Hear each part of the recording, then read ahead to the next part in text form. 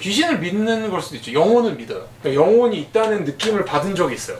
사실 어렸을 때는 저는 귀신을 되게 무서워했는데 나이가 들면서 귀신이 막 앞에 있고 막 이런 무서울 수도 있겠지만 막 걔가 막 나를 해치지 않는 한 막 비명을 지르거나 막 기절하진 않을 것 같아요. 왜냐면 영혼은 분명히 있는 것 같다는 생각을 하는 경험이 몇 번 있었기 때문에. 그게 어떠냐면 89년도에 제가 고작 9살 때 할아버지가 이제 10월 10일 날짜도 이제 안 잊어먹어. 날짜가 딱 10월 10일 돌아가셨거든요.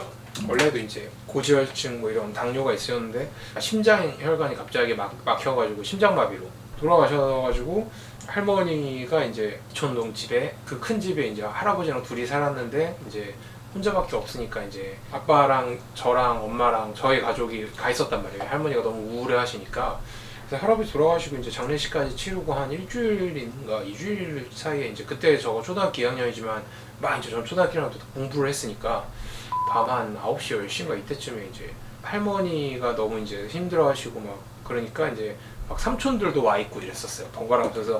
그 당시에 이제 셋째 삼촌이 이제 할머니 방에서 이제 잠을 자고 있고 딱 할머니 방이 문 열면 바로 옆에 저랑 엄마랑 제 동생이랑 셋이 공부를 하고 있었어요. 엄마는 저랑 제 동생 공부하는 거 이제 체크하고 있고. 아마 엄마도 들었을 거예요. 그러니까 집인데 창문을 열지도 않았는데 뭔가 누가 봐도 뭔가 누군가가 엄청 빠르게 지나가는 소리 있잖아요. 막 확 달릴 때 나는 바람 소리 같은 거. 약간 자동차 지나가는 소리 같은 거였어요. 휙 소리가 나왔어요. 그래갖고 엄마한테 소리 들었냐 했더니 엄마가 그냥 바람 소리인 것 같다고. 왜냐면 집이 크니까. 근데 바람 소리 치고도 좀 이상했거든. 뭔가 무게가 있는 게 지나가는 느낌? 아무튼 그래가지고 공부를 하고 있는데 이제 마루에 소리가 나길래 이제 공부하다가 이렇게 나가보니까 이제 셋째 삼촌이 약간 이렇게 깨가지고 TV 보는데 약간 넋이 나간 표정을 막 짓고 있길래 삼촌한테 삼촌 왜 그래요? 이랬더니 꿈을 꿨는데 할아버지가 왔다 가신 것 같다고. 그래가지고 그때 약간 좀 신기했죠. 그러니까 좀 그때는 좀 어린 마음에 할아버지지만 좀 무서웠어요. 왜냐면 누군가가 온 것 같은 느낌이 들었거든요. 아무튼 그래서 그때가 약간 처음이었던 것 같아요. 영혼이라는 게 있을 수도 있겠다. 영화 같은 거 보면은 뭐 무당이라든지 신기가 있는 사람이거나 뭐 이런 막 귀신이 보이거나 막 그런 건 아니어도 분명 눈에 보이지 않는 존재들이 약간 있다는 느낌을 받았던 적은 좀 있었던 것 같아요, 살면서. 근데 막 이렇게 무섭다기보다는 오히려 약간 마치 UFO를 본 적은 없지만 보면 이렇게 들 것 같은 감정? 신기한 거? 그런 적도 있었어요. 저는 워낙 이제 술 마시고 놀고 막 이랬으니까 그때는 술을 안 마셨으니까 운전을 했겠지. 그러니까 그때 그냥 새벽까지 놀다가 친구들이랑 뭐 막 게임하고 논 적도 있으니까 아무튼 멀쩡한 정신이었어. 취했으면 이제 오히려 취해서 그런가 이랬는데 이제 멀쩡해서 운전을 했는데 이제 집 근처 거의 다 왔는데 그러니까 할머니 집에 제가 살았으니까 할머니 집 바로 앞에 교회가 있거든요. 교회 앞에 딱 신호등이 있는데 새벽 한 3, 4시니까 완전 컴컴하고 사람 별로 없을 텐데 빨간불이 그래서 이거를 멈췄는데 갑자기 왜 차 보면 센서가 있잖아요. 사람이 가까이 다가오면 나는 센서가 갑자기 소리가 나는 거예요. 근데 가끔 이제 오작동할 때가 있었어요.